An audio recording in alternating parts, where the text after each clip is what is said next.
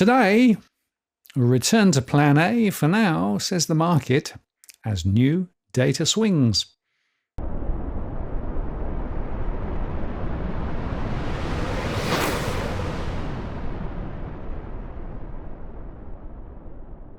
Hi again, it's Martin North from Digital Finance Analytics, one latest post covering finance and property news. This is our weekly market update where we start in the US, across to Europe and Asia, and in Australia. We're also covering the action in commodities and crypto along the way. My analogy of traders on a boat running from one side of the deck to the other still holds as the recession iceberg melts away, at least for now, and an immaculate US soft landing is back in vogue. The change in sentiment was driven by a flurry of data, which showed US economic resilience, and this drove stocks to their best week this year, coupled with dip buyers stepping in after the recent rout. So Wall Street posted its best 7-day run in almost 2 years, while the VIX slid back to 1480. Of course, traders have struggled to forecast where the economy is headed, and the recession fears that helped drive the recent pullback could resurface again just as quickly as they faded. On top of that, the US election and geopolitical tensions are adding other elements of uncertainty, but beneath the surface, there are some reassuring signals. Specifically, the latest jobs data was better than the previous ones. The CPI data showed a drift in the right direction, along with producer prices. Consumer sentiment improved, with the August University of Michigan Consumer Sentiment Survey readings 67.8 up from July's 66.4, and retail sales were also up. Just don't mention the poor construction data, with weak July housing starts and building permits. Central bankers are being, quote, data dependent, so no surprise then that when new data arrives, traders change tack. The Federal Reserve Bank of Chicago president on Friday told National Public Radio that the US economy is not showing signs of overheating, so central bank officials should be wary of keeping restrictive policy in place longer than necessary. You don't want to tighten any longer than you have to, Goolsbee said. And the reason you want to tighten is if you're afraid the economy is overheating. And this is not what an overheating economy looks like to me. It's also worth noting that the earlier sell-off hit a relatively small slice of the market, with nowhere near the breadth of the rout set off by the Fed's rate hikes, the pandemic, or other pivotal events. And while valuations are at risk of another recalibration, if the economy does wind up spluttering, the S&P 500 during the recent retreat held above a threshold that, to technical analysts at least, telegraphs investors' continued confidence. The Dow Jones ended up 0.24%. The S&P 500 rose to around 5,555, and that's up 0.2%. And for the year, the S&P 500 is up more than 16% and is within about 2% from its July all-time closing high. The Nasdaq rose 0.2%. Most megacaps gained, with Nvidia leading the charge at 1.4%, and it's actually bounced more than 20% from its recent lows, while the Philadelphia SE Semiconductor Index has gained more than 14% from its lows. Small cap shares, which had been strong performers in July, have also recovered from recent lows, with the Russell 2000 up nearly 5%. And Nike had its longest winning streak in more than 8 years and was up 0.88% on the day, although Applied Materials sank 1.86% after a sales forecast that disappointed investors looking for a bigger payout from artificial intelligence spending. If you are an AI fan like Wedbush, then the outlook looks rosy, saying the tech sector is on the brink of substantial growth, underpinned by the expanding influence of AI. Just remember the Cisco, though. The firm emphasized the foundational role of cloud and AI technologies in the ongoing fourth industrial revolution. Treasury 10-year yields slid to 3.891%, while the 2-year was last at 4.054%. And there was an uptick in safe haven demand for treasuries on Friday, mainly due to geopolitical risk factors such as the Middle East situation and the Russia-Ukraine war. An inverted yield curve is generally seen as pointing to a recession, and during the market freakout last week, hopes of an aggressive September easing shifted the gap between the 2 and the 10-year yields to a positive 1.5 basis points, the first time the curve had a more normal upward slope since July 2022. The dollar had its third straight week of losses, the longest streak since March, with the DXY at 102.4. Hedge funds turned bullish on Japanese currency for the first time since 2021 after sharp swings in foreign exchange markets led to a blow-up of a popular yen trade. The likelihood of a Federal Reserve interest rate cut in September is all but guaranteed. However, the question now centers on whether the Fed will cut 25 basis points or follow through with a jumbo 50 basis points cut. We may well know more after Jackson Hole's central bankers Lovin next week. Overall, the data shows that while the odds were essentially even last week between the two potential cuts, traders are now mainly betting on the smaller of the two cuts. We think a key highlight of Powell's speech will be the acknowledgement that progress on inflation has been sufficient to allow the start of rate cuts, economists at BNP Paribas said in a note on Thursday. Gold futures hit $2,546, bolstered by hopes that the Fed is edging closer to cutting rates, and of course as a safe haven. Oil prices settled down nearly 2% on Friday. Little changed on the week actually, with Brent crude below $80 a barrel, as investors tempered expectations of demand growth from top oil importer China. Brent crude futures fell to settle at $79.65 per barrel. US West Texas Intermediate crude futures declined to $76.59. On Thursday, data from China showed its economy lost momentum in July, with new home prices falling at the fastest pace in 9 years, industrial output slowing, and unemployment rising.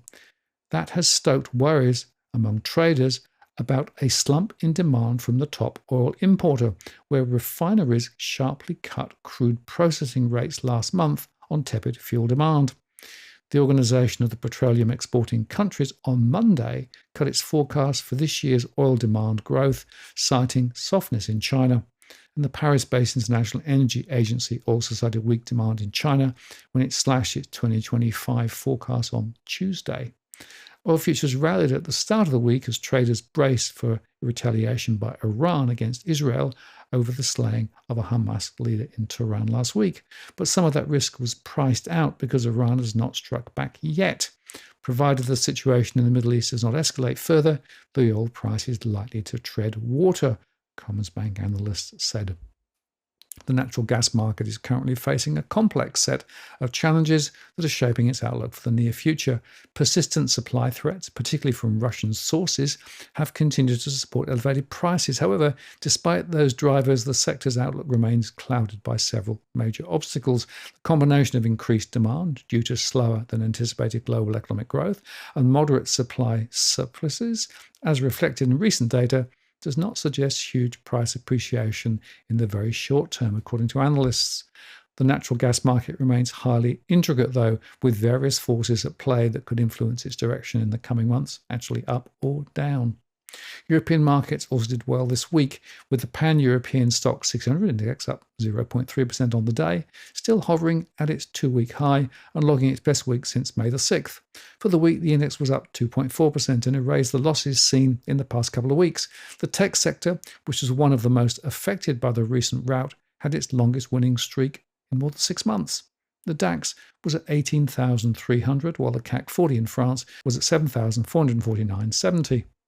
London's FTSE was the weakest among its major European peers, ticking 0.4% lower after British retail sales rose 0.5% in July, in line with forecasts, and growth was looking a little stronger. The automobile sector was the top gainer for the day, rising 1.2%, boosted by gains at Ferrari, which rose 3.1%, and Stellantis, that gained 1.9%, despite the European-American automaker being sued by shareholders in the US, who said the firm defrauded them by concealing rising inventories and other weaknesses.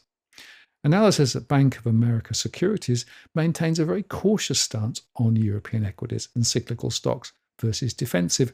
They predict a further decline in the Stoxx 600 index with a target of 475 by the end of 2024, reflecting a potential 10% downside.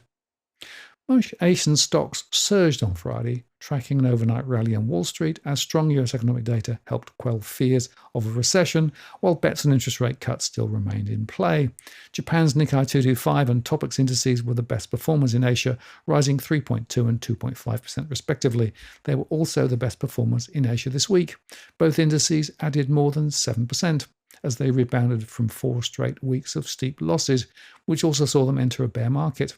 Sentiment towards Japan improved this week on stronger than expected gross domestic product data for the second quarter, which showed the economy was picking up amid improving wages and personal spending. But Japanese stocks are still haunted by that bear market, with analysts at JP Morgan warning that recent gains were driven chiefly by domestic buying and that foreign investors remain cautious over buying back into Japan. Japanese investment data on Friday confirmed what the sliding yen had been pointing to all week, that after a scary burst of turmoil, global investors were back to betting on the Bank of Japan going slow on rate rises and on the yen staying cheap.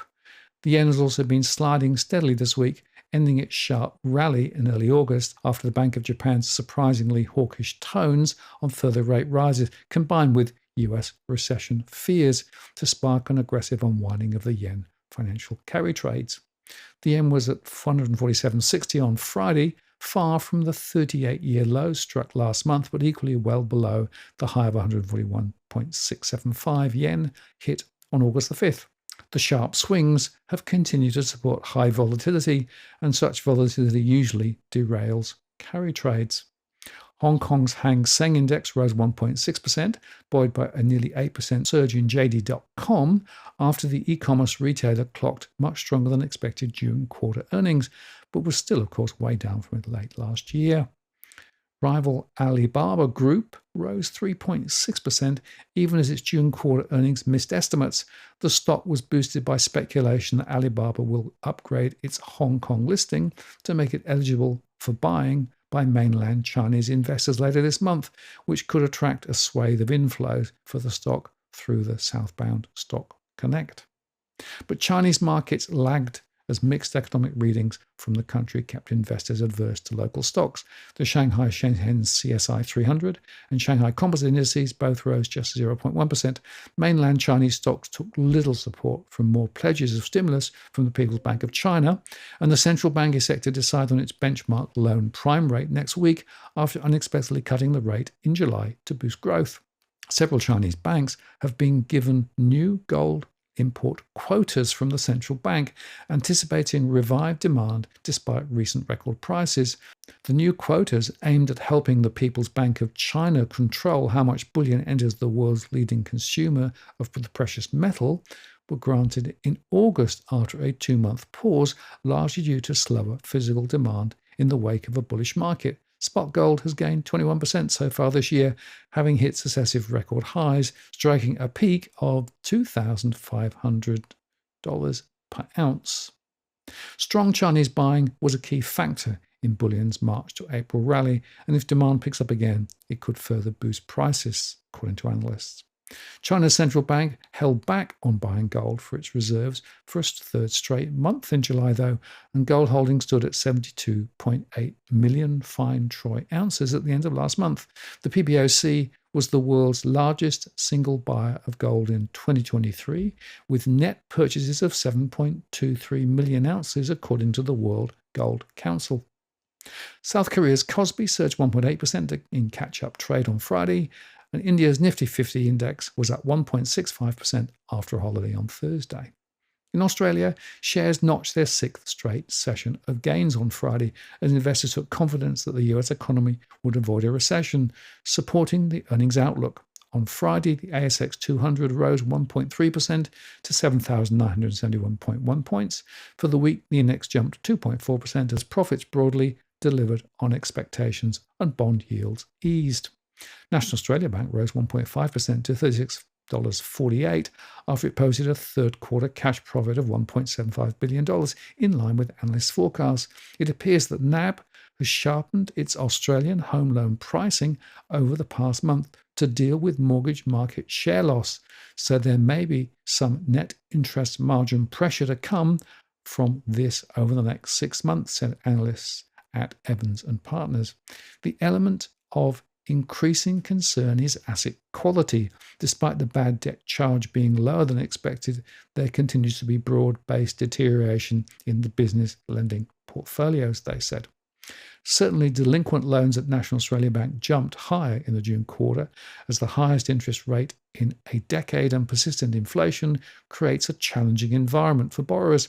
The lender said non-performing loans were 1.31% from 1.2% of its book at June the 30th, reflecting continued broad-based deterioration in business and private banking, combined with higher arrears for the Australian mortgage portfolio. But then again, NAB Chief Executive Andrew Irvine said that the increase in late repayments was, quote, unsurprising, but the bank was well provisioned with credit impairment charges at $180 million for the quarter.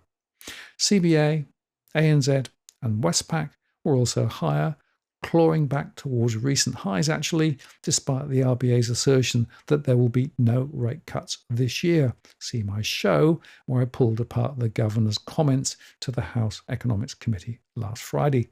Macquarie also tracked higher to 209.75. The materials sector, dominated by the big iron ore miners, also rebounded. The sector finished up 2.2% to claw back some heavy losses this week as the major miners sank in tandem with an iron ore price that dropped to its lowest level since 2022 on worries over the health of China's economy. BHP rallied 2% to $40.01, with energy giant Woodside firming 2.4% to $26.12. Elsewhere, shares in the ASX edged up 0.1% to $64.06 after the exchange reported an underlying profit of $474.2 million. That's slightly down on last year, while revenue hit a record high of $1.03 billion. The Aussie was at 66.69 cents against the US dollar and 51.52 cents against the pound. Finally, Bitcoin, the world's biggest and best-known cryptocurrency, rose 5.17% to 59,408 at the time of writing. It's actually up 54.8% from the year's low of 38,505 back in January. And Ether pretty much followed suit, but of course, the volatility in the crypto markets continues, and the future trajectory is uncertain, which I think you can also expand to the broader markets. We are going to see more of this change of tune from positive to negative and back over the next few months. And certainly there are opportunities potentially as this plays out, but also risks. And I continue to remind you that September and October tend to be the most risky months of the year. I'm Martin North from Digital Finance Analytics. Many thanks for watching, and I'll see you again next time.